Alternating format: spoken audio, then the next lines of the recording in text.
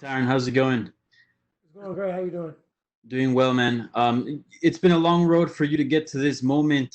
Now that it's finally here, after all the hectic situation with COVID-19 and the postponement and everything, how good does it feel to finally be in fight week? It feels great. Everything happens for a reason. I think it was a blessing in disguise. I had a chance to really just grow as a fighter, mentally get myself prepared to fight, and added some new wrinkles to my game. And now it's a more prepared, more focused Tyron Woodley. And I think that's a fighter that the fans deserve to see. Yeah, it's interesting times in your division right now. It seems the title picture is not all that clear. We thought that Usman was going to face Masvidal, but it seems that's not really working out at the moment. Do you think a win on Saturday could put you right in there, and maybe you're the one that challenges Usman next?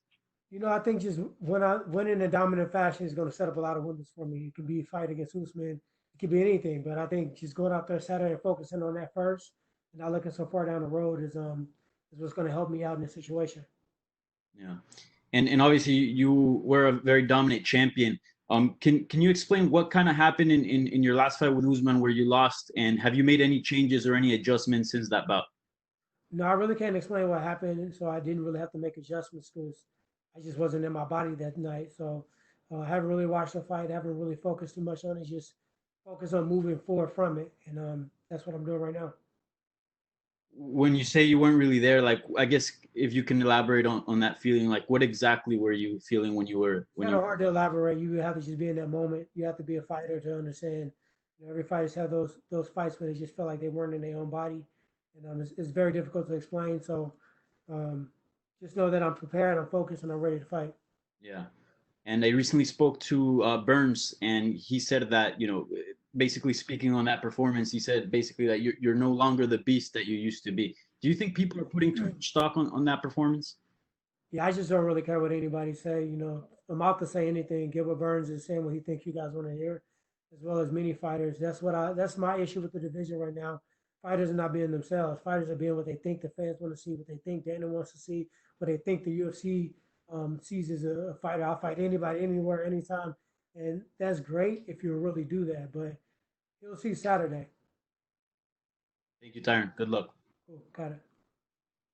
And we'll take the next question from Jeff Wagenheim with ESPN. Jeff, please go ahead. Hey, Tyron. I'm curious about your thoughts about competing in the smaller cage, less space to maneuver around. You're a guy who is aggressive, but also does move around. You're competing against a guy whose biggest threat is as a submission grappler.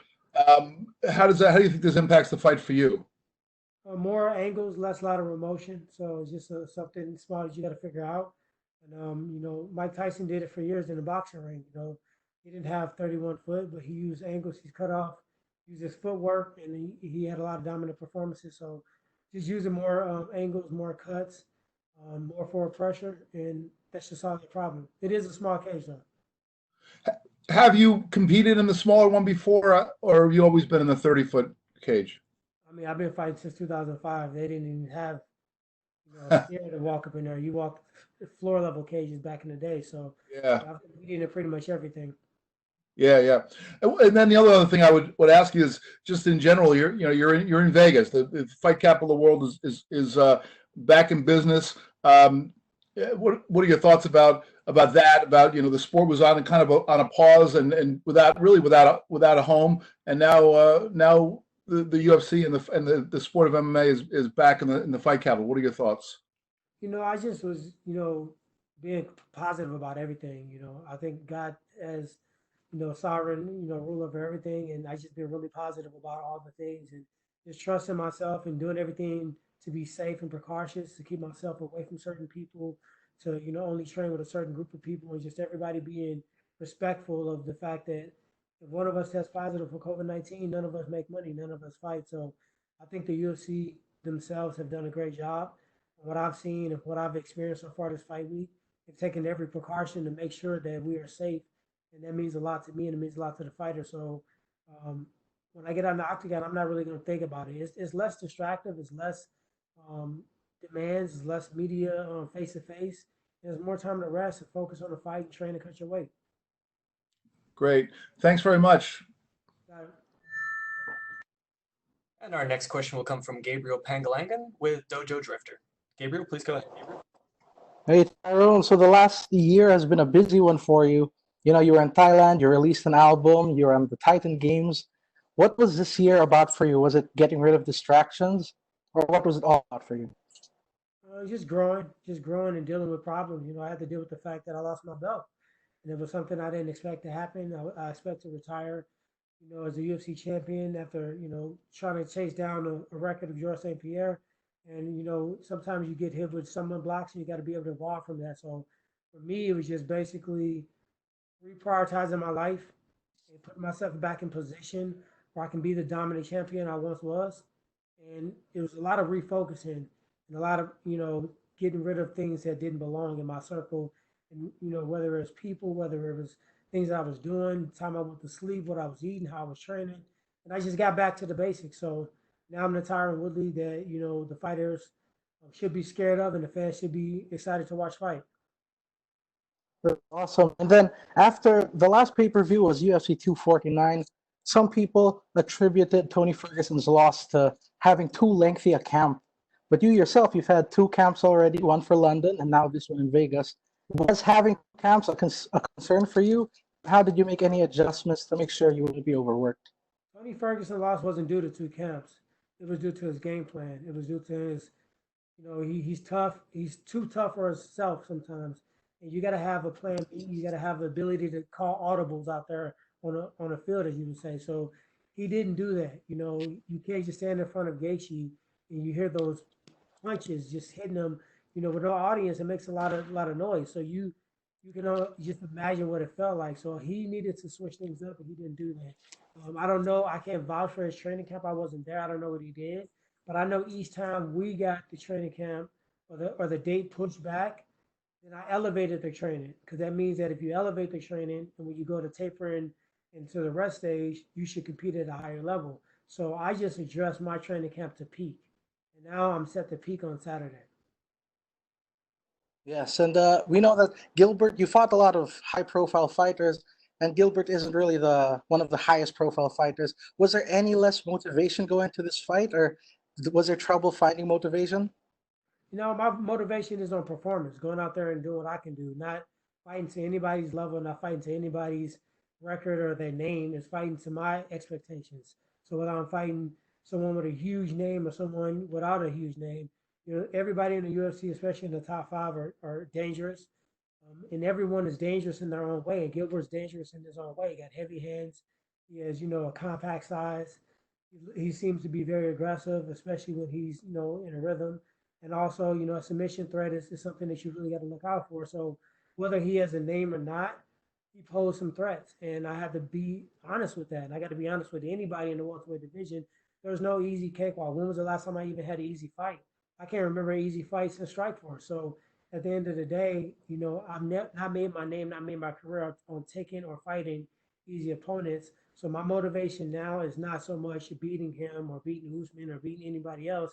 It's about going out there and performing. And if I perform, you know, what better thing to do is focus on my performance because if I perform at the level that I'm supposed to, I'm going to beat anyone, everyone all day of the week anyway. So I just redirected my focus to that and that alone.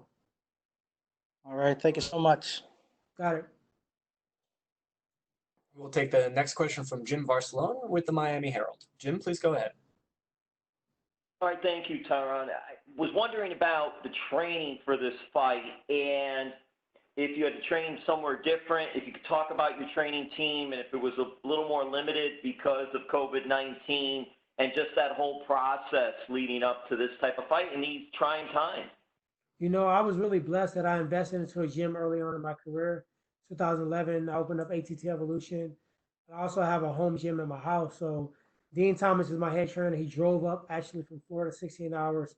So I had access in my own home to treadmills, bikes, bags, mat area, turf, sauna. And then I have my own gym in St. Louis that was completely quarantined, closed down to the public, where it was only me, my son, and a select few training partners that we all trained together. So I really didn't miss a beat.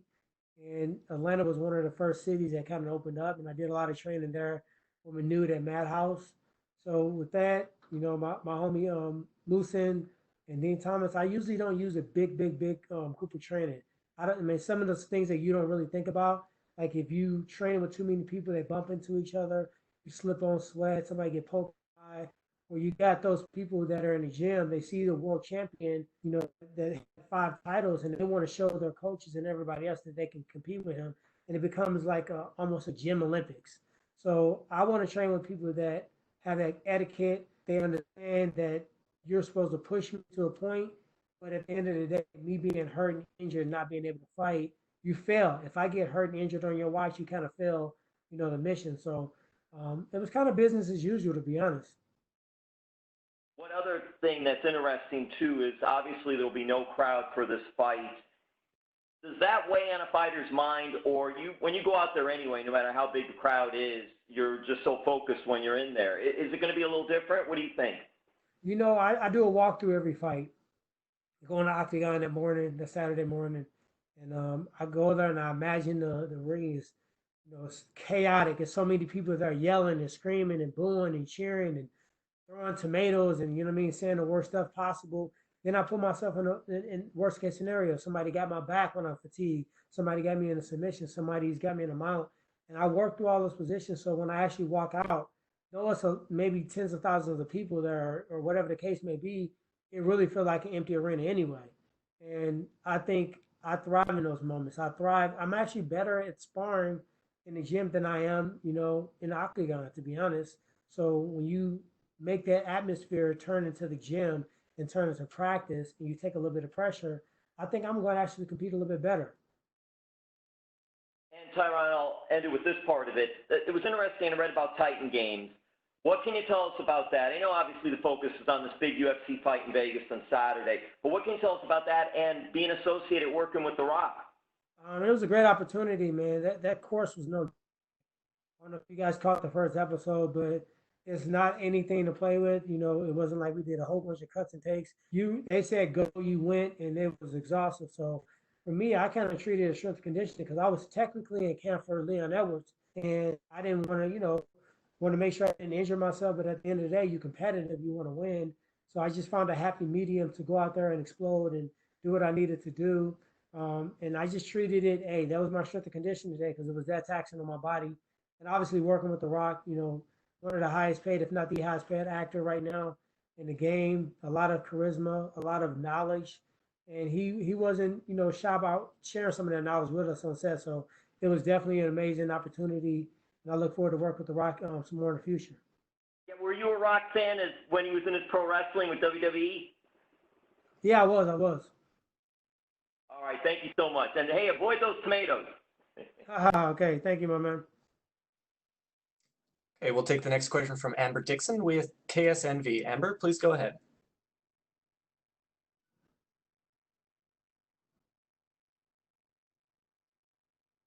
Amber, you have been unmuted if you have a question.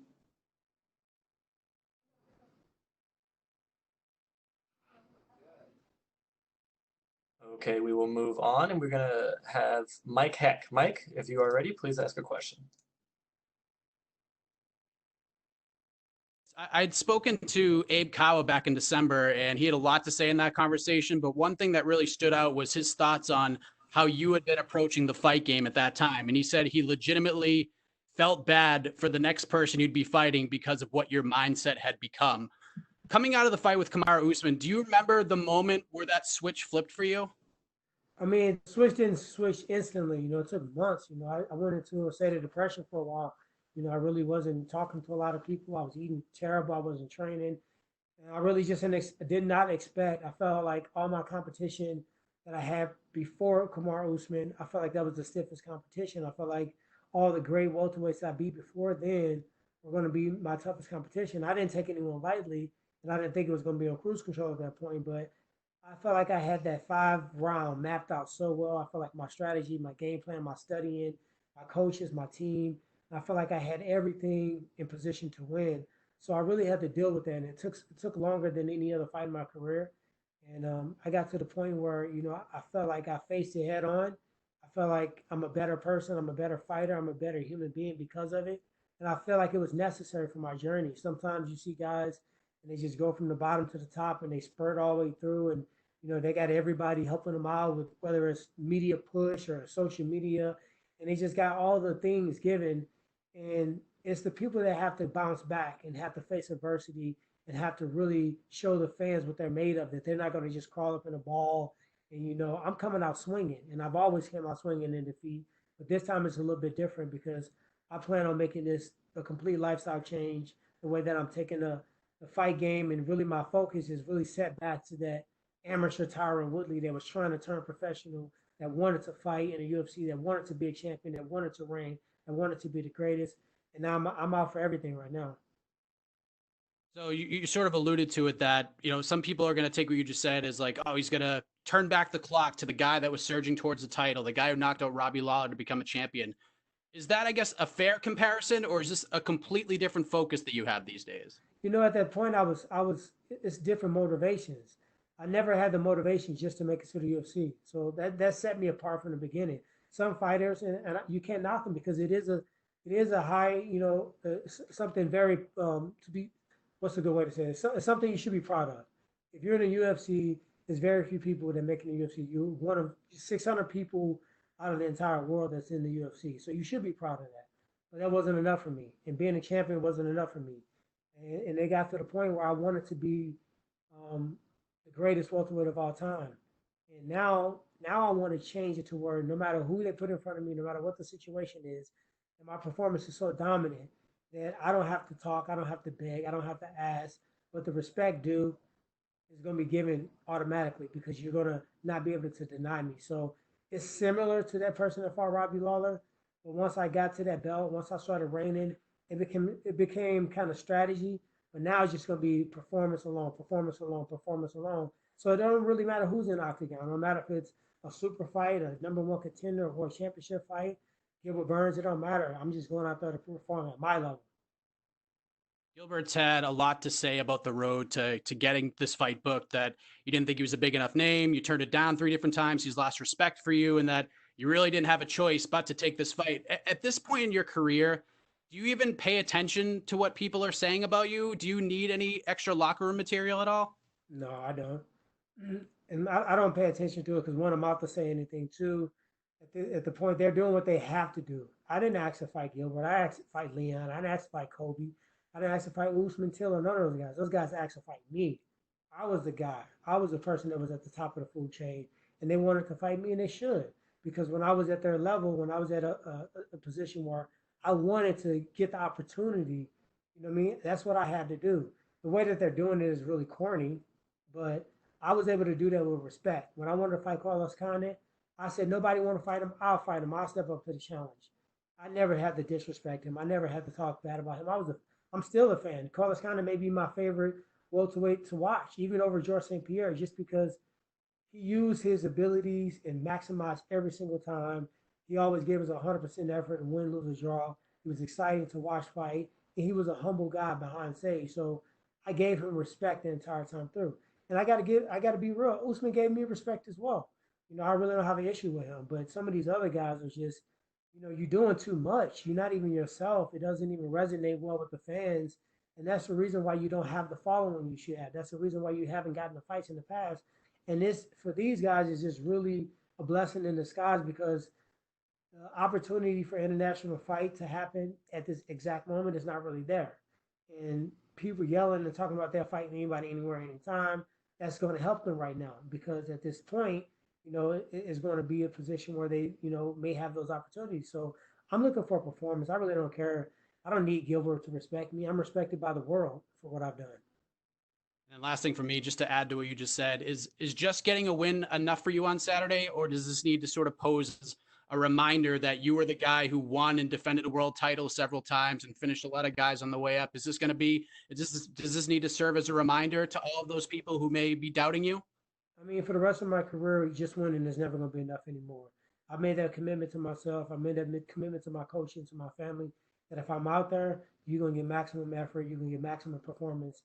I'm going to go out there and I'm going to send messages every single time I fight.